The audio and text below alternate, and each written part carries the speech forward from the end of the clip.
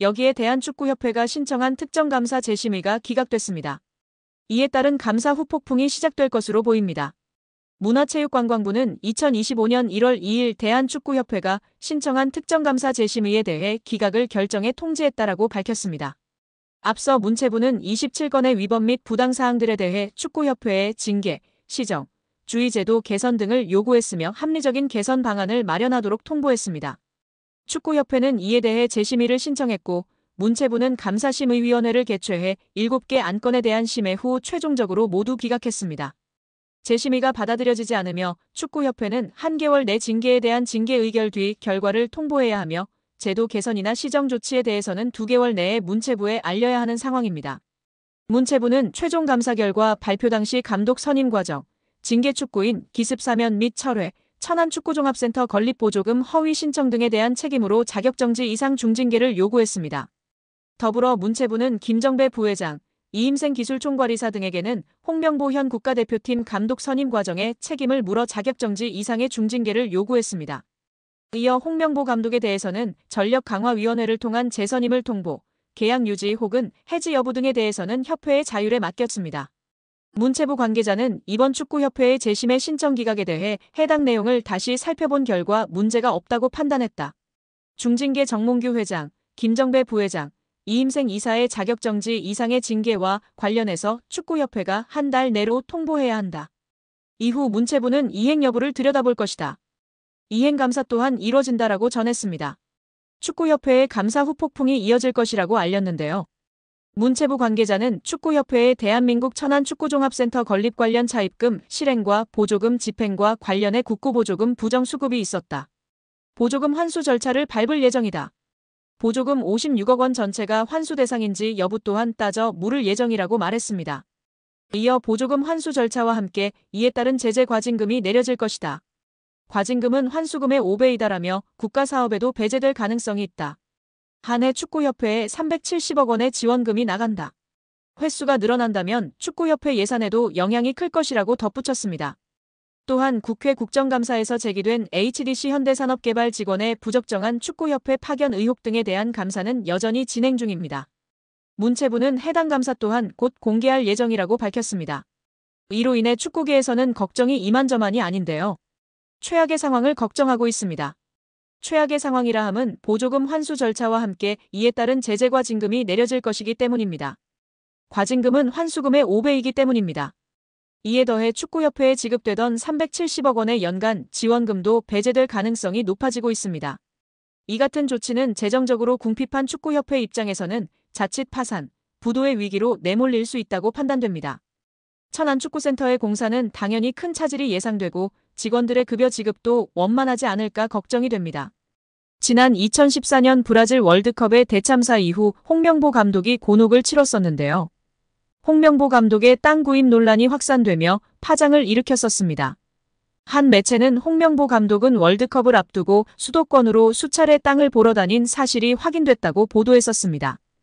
홍명보 감독이 땅을 사들인 곳은 한국판 비버리 힐스라고 불리는 신흥 부촌인 분당구 은중동에 위치한 땅이며 78.35평을 11억에 구입한 것으로 알려졌었는데요. 은중동은 한국판 비버리 힐스라 불리는 신흥 부촌으로 특히 서울 강남권과 곧바로 연결되는 경부고속도로를 탈 수 있어 기업인들의 새로운 둥지로 떠올랐던 곳입니다.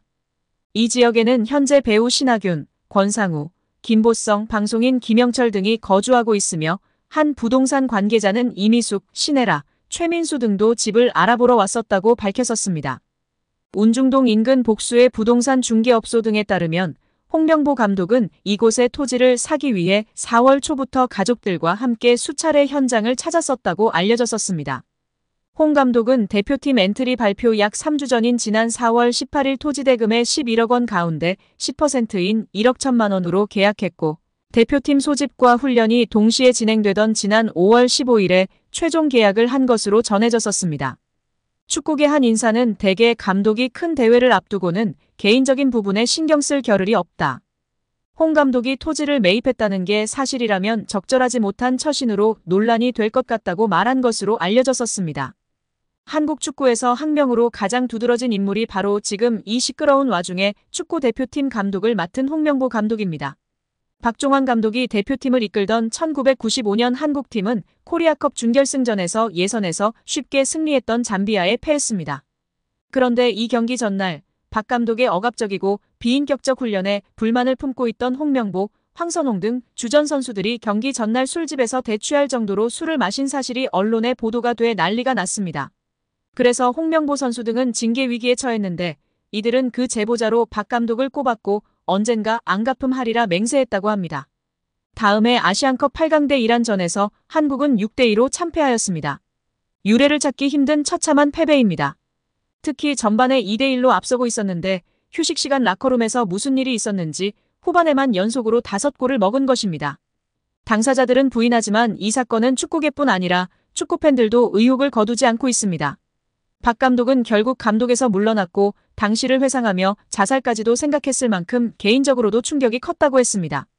한국이 참패를 당하자 국내 언론들은 11회를 이끌고 있는 홍명보가 태업을 이끌었다. 박종환 감독을 끌어내리기 위해 선수들이 태업을 했다라는 등의 뒷말들이 나돌기는 했지만 끝내 참패 원인의 진실은 밝혀지지 않았습니다.